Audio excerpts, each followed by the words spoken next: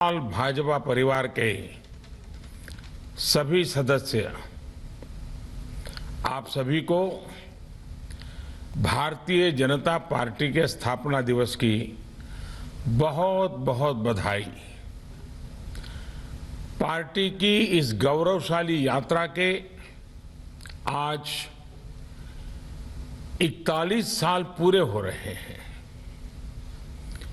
ये 41 वर्ष इस बात के साक्षी हैं कि सेवा और समर्पण के साथ कोई पार्टी कैसे काम करती है। ये 41 वर्ष इस बात के साक्षी है कि सामान्य कार्यकर्ता का तप और त्याग किसी भी दल को कहां से कहां पहुंचा सकता है। देश का शायद ही कोई राज्य होगा, कोई जिला होगा जहां पार्टी के लिए 2-2, 3-3 पीढ़ियां न खप गई हो। मैं इस अवसर पर जनसंघ से लेकर के भारतीय जनता पार्टी तक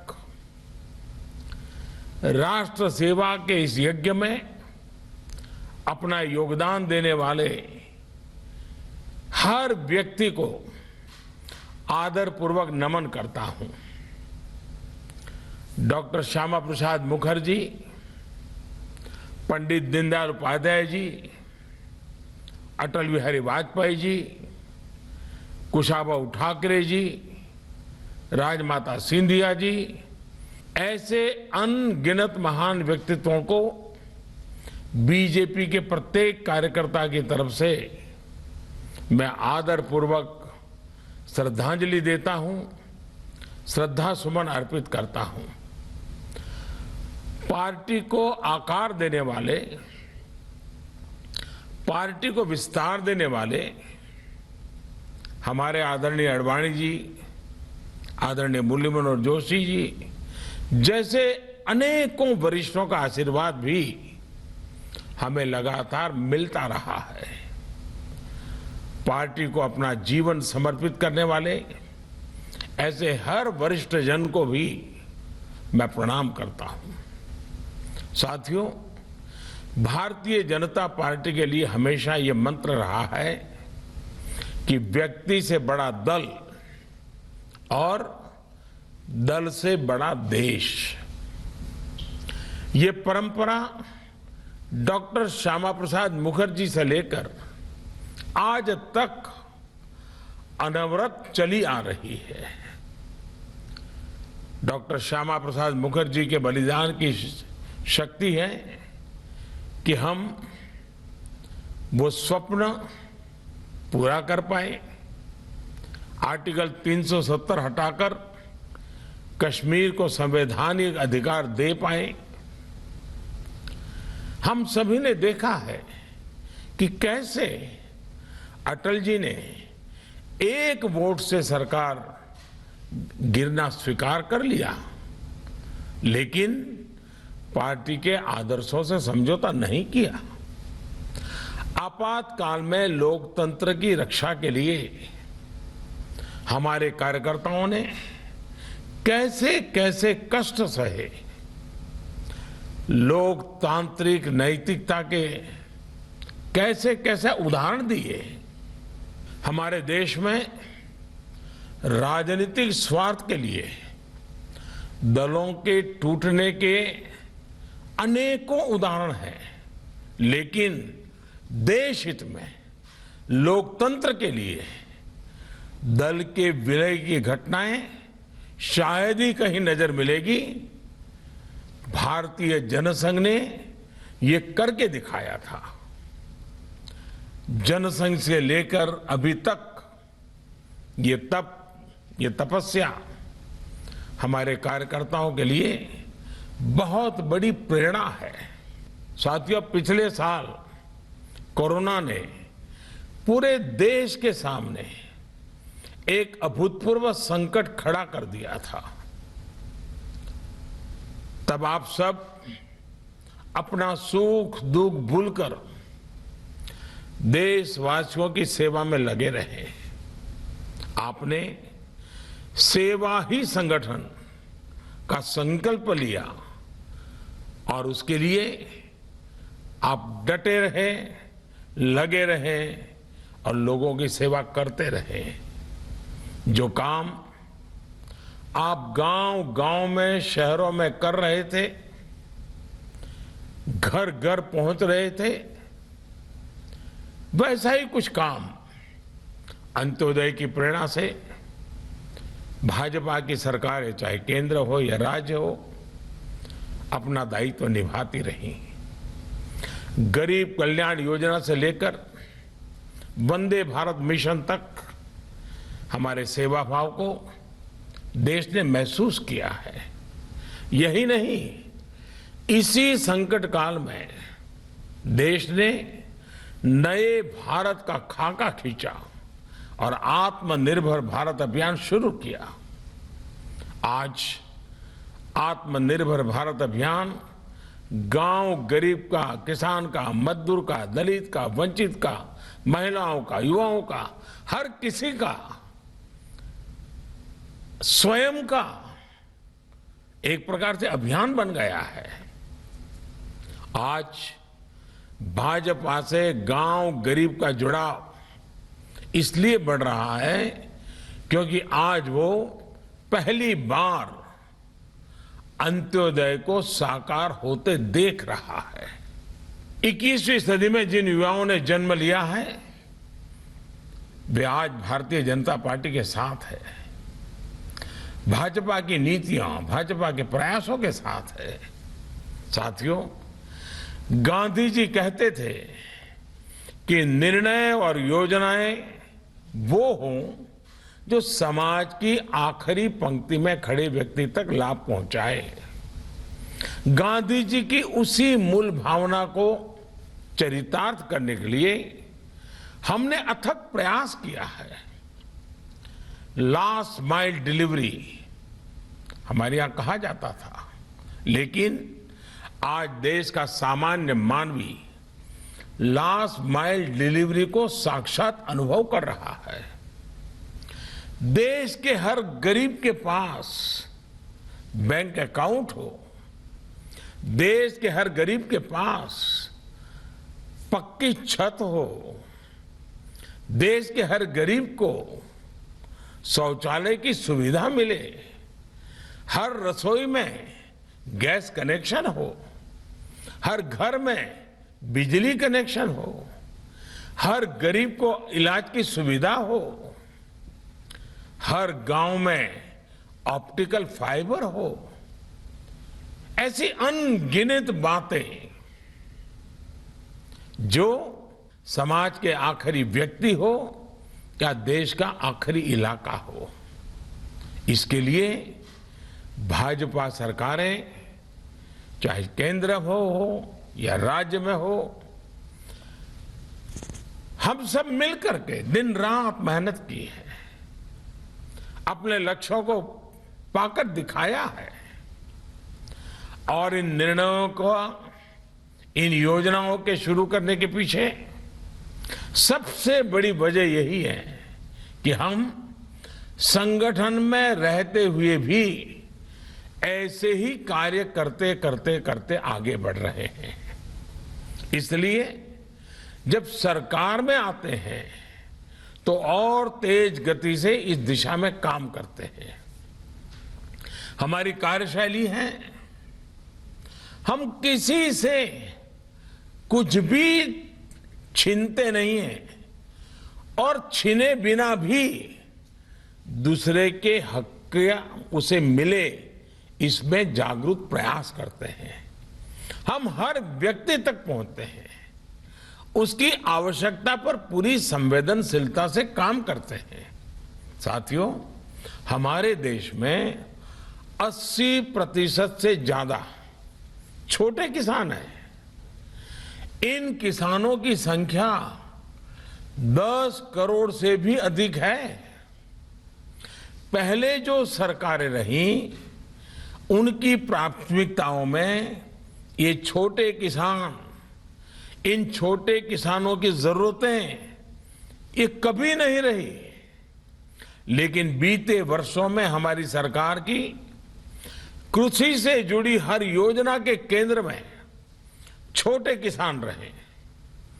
चाहे नए कृषि कानून हो, पीएम किसान सम्मान निधि हो, किसान उत्पाद संगठन की व्यवस्था हो, फसल बीमा योजना में सुधार करना हो, प्राकृतिक आपदा के समय किसानों को ज्यादा मुआवजा सुनिश्चित करना हो, हर खेत को पानी की योजना हो, या फिर यूरिया की नीम कोटिंग, ऐसे हर निर्णय का सबसे बड़ा लाभ देश के छोटे किसानों को हुआ है।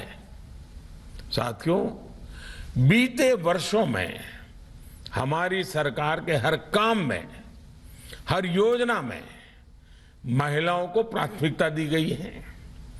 चाहे 3 तलाक के खिलाफ कानून हो, गर्भवती महिलाओं को 26 सप्ताह की छुट्टी हो, घर की रजिस्ट्री में महिलाओं को प्राथमिकता देने की बात हो, स्वच्छ भारत मिशन हो, उज्ज्वला योजना हो, मुद्रा योजना के तहत बिना गारंटी ऋण देना हो, रेहड़ी पटरी वालों के लिए पीएम स्वनिधि योजना हो, सभी का लाभ प्रमुख रूप से हमारे देश की महिलाओं को, माताओं को, बहनों को मिला है।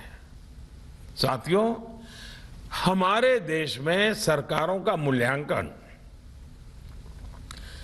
सरकार की शक्ति का आकलन, सरकार के परफॉर्मेंस की बातें ज्यादातर कौन सरकार कितनी बड़ी घोषणा करती रही है उसके ही आसपास रही है। लेकिन पहली बार ये मानदंड बदल रहे हैं, अवधारणा बदली है। हमारी सरकार का मूल्यांकन उसके डिलीवरी सिस्टम से हो रहा है। नीतियां भी, नियत भी और आखिरी इंसान तक उस निर्णय को पहुंचाना, उस सुविधा को पहुंचाना, हकदार को हक पहुंचाना, ये हमारी सरकार की विशेषता रही है। ये देश में सरकारों के कामकाज का नया मूल मंत्र रहा है। बावजूद इसके दुर्भाग्य ये है कि भाजपा अगर चुनाव जीते तो इसे चुनाव जीतने की मशीन कहा जाता है, लेकिन दूसरे जब चुनाव जीतते हैं तो पार्टी की वाहवाही, नेताओं की वाहवाही, न जाने क्या क्या कहा जाता है। इस तरह के 2 मापदंड हम देख रहे हैं। जो लोग कहते हैं कि बीजेपी चुनाव जीतने की मशीन है, वो एक प्रकार से भारत के लोकतंत्र की जो परिपक्वता है उसको समझ ही नहीं पाते हैं। वो भारत के नागरिकों की जो सूझबूझ है उसका आकलन ही नहीं कर पाते हैं। वो उनके समझ के परे हैं। वो भारत के नागरिकों की आशा, अपेक्षाएं और उनके सपनों उसे कभी भी समझ नहीं पाते हैं। सच्चाई ये है कि बीजेपी चुनाव जीतने की मशीन नहीं, देश और देशवासियों का दिल जीतने वाला एक अविरल, अनवरत अभियान है। हम 5 साल तक ईमानदारी से जनता की सेवा करते हैं। सरकार में हो तब, सरकार में न हो तब, हर परिस्थिति में हम जनता से जुड़े रहते हैं, जनता के लिए जीते रहते हैं। और सच्चाई ये है कि हम कभी गर्व नहीं करते कि हमारा दल जीता। हम हमेशा इस बात का गर्व करते हैं कि देश के लोगों ने हमें जिताया। साथियों, अंग्रेजी में एक कहावत होती है, टिप ऑफ द आइसबर्ग। हमारी पार्टी में भी एक टिप ऑफ द आइसबर्ग है। ये अखबारों में, टीवी पर दिखता है, लेकिन इनकी संख्या बहुत ज्यादा नहीं है। लेकिन एक बहुत बड़ी संख्या जो नजर नहीं आती है, भाजपा के उन कार्यकर्ताओं की है जो आमतौर पर दिखाई नहीं देती हैं, लेकिन वो जमीन पर रह करके काम करती हैं। ये भाजपा को ताकत देते हैं, जनता के बीच काम करते हुए संगठन की शक्ति को और बढ़ाते हैं। अपने जीवन से, अपने आचरण से, अपने प्रयासों से वो जनता का दिल जीतने का काम अविरत करते रहते हैं। इन्हीं के प्रयासों से आज भाजपा दुनिया की सबसे बड़ी पार्टी है। आज आम जनमानस ने ये महसूस करता है कि भाजपा सरकार का मतलब है राष्ट्र निर्माण के लिए सही नीति, साफ नियत और सटीक निर्णय। भाजपा आने का मतलब है राष्ट्र प्रथम, नेशन फर्स्ट। भाजपा आने का मतलब है देश हित से समझौता नहीं, देश की सुरक्षा सर्वोपरि। भाजपा आने का मतलब है वंशवाद, परिवारवाद की राजनीति से मुक्ति। भाजपा आने का मतलब है योग्यता को अवसर। भाजपा आने का मतलब है पारदर्शिता, गुड गवर्नेंस। भाजपा यानी सबका साथ, सबका विकास, सबका विश्वास। आज भाजपा भारत की विविधता की, अनेकता में एकता की प्रतीक बन गई है। हम हर क्षेत्र, हर भाषा, हर संप्रदाय और हर देशवासी को जोड़कर आगे बढ़ रहे हैं। आज भाजपा से गरीब भी जुड़ा है, मध्यम वर्ग भी हमारे साथ है। हम शहर में भी हैं और गांव में भी है। बीजेपी आज नेशनल इंटरेस्ट की भी पार्टी है और क्षेत्रीय आकांक्षाओं की भी पार्टी है। साथियों, हमारे जो संस्कार है, हम राजनीतिक छुआछूत में विश्वास नहीं करते हैं। इसलिए हम सरदार पटेल को समर्पित स्टैच्यू ऑफ यूनिटी बनाकर गर्व महसूस करते हैं।